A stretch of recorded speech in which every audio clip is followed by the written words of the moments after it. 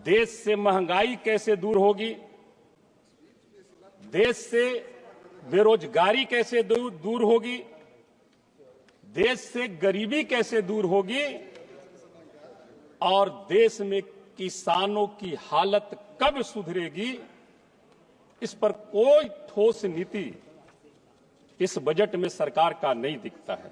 सभापति महोदय, यह बजट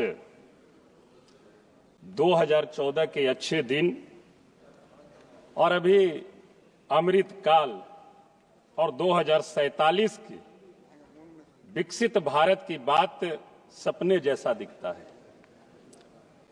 महोदय, इस बजट में देश से महंगाई कैसे दूर होगी, देश से बेरोजगारी कैसे दूर होगी, देश से गरीबी कैसे दूर होगी और देश में किसानों की हालत कब सुधरेगी, इस पर कोई ठोस नीति इस बजट में सरकार का नहीं दिखता है।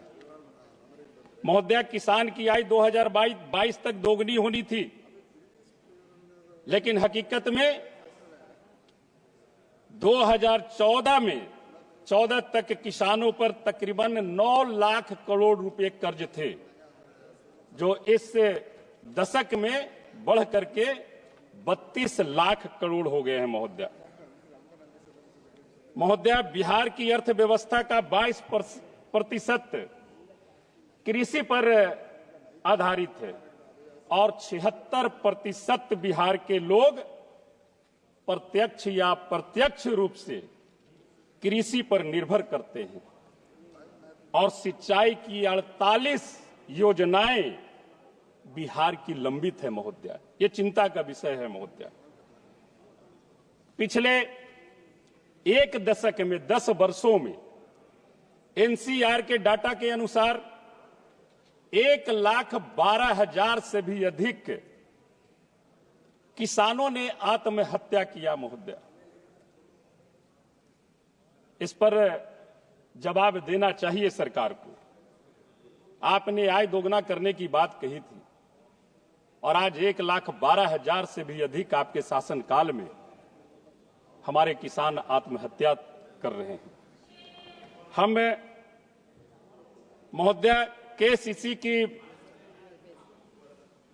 ऋण जो 3 लाख से 5 लाख बढ़ाने का काम सरकार ने किया है, हम उसका स्वागत करते हैं, लेकिन इसको इंप्लीमेंट आप कैसे करेंगे?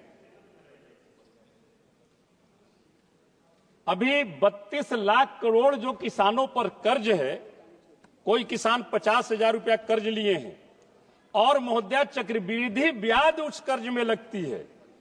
जो 50,000 किसान लिए उनको किन्हीं का 2.5 लाख हो गया है, 5 लाख हो गया है। जो 1 लाख लिए, 2 लाख लिए, किन्हीं का 7 लाख हो गया है, किन्हीं का 8 लाख हो गया है चक्रवृद्धि ब्याज लगकर। और जब तक इन किसानों का जब तक वो ऋण नहीं चुकता करेंगे, तो मैं समझता हूं कि ये 3 से 5 लाख जो आपने किया है, मैं समझता हूं वो इसका वो लाभ उन्हें नहीं मिल पाएगा। इसलिए हमारी आग्रह होगी कि अगर ये सरकार सच्ची हितैषी है किसान की, तो या तो उनका ऋण माफ करे, अगर ऋण नहीं माफ कर सकते हैं तो कम से कम जो किसानों पर जो ब्याज लगा हुआ है, उस ब्याज को माफ कर दीजिए और मूलधन आप उन्हें जमा करने के लिए कहिए।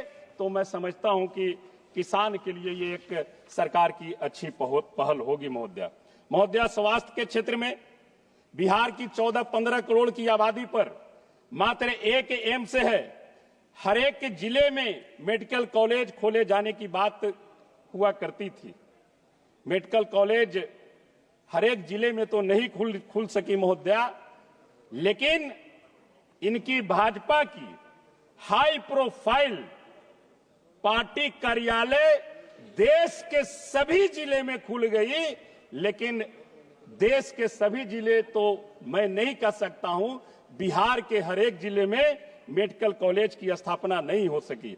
औरंगाबाद जिले में मेडिकल कॉलेज खोलने की बात है राज्य की। 1 मिनट महोदय, राज्य की सरकार कई वर्षों से कह रही है, लेकिन ताज्जुब की बात है महोदया कि जिले के 8 एम्बुलेंसों में मात्र 3 एम्बुलेंस कार्य कर रही है, 5 एम्बुलेंस बंद पड़ी हुई है। और महोदया 1-2 एम्बुलेंस तो माननीय पूर्व सांसद औरंगाबाद के कोठी का शान बढ़ाने में खड़ा रहती है। इसलिए महोदया आपने हमें समय दिया, समय बहुत कम दिया। हमारी आग्रह होगी कि बहुत सारी बातें हैं बिहार हित के लिए, बेरोजगारी कैसे दूर हो, आप कैसे महंगाई खत्म करेंगे, उसकी कोई नीति बनाए। हमारी एक आग्रह होगी कि आप रोड की बात करते हैं कि चकचक हम बना रहे हैं, लेकिन मैं अपने क्षेत्र का एक गांव में आपका जिक्र करके बताना चाहता हूं कि इस आजादी के बाद इमामगंज विधानसभा का एक गांव है, 3 गांव है, अभी तक वहां पर रोड और पुल का निर्माण नहीं हुआ है महोदया। इसलिए हमारी आग्रह होगी कि सरकार तमाम चीजों पर एक ठोस नीति बनाए और नीति बना करके काम करे, तो मैं समझता हूं कि बहुत ही अच्छा होगा। आपने हमें समय दिया, इसके लिए आपको बहुत बहुत धन्यवाद, बहुत बहुत आभार। माननीय सदस्य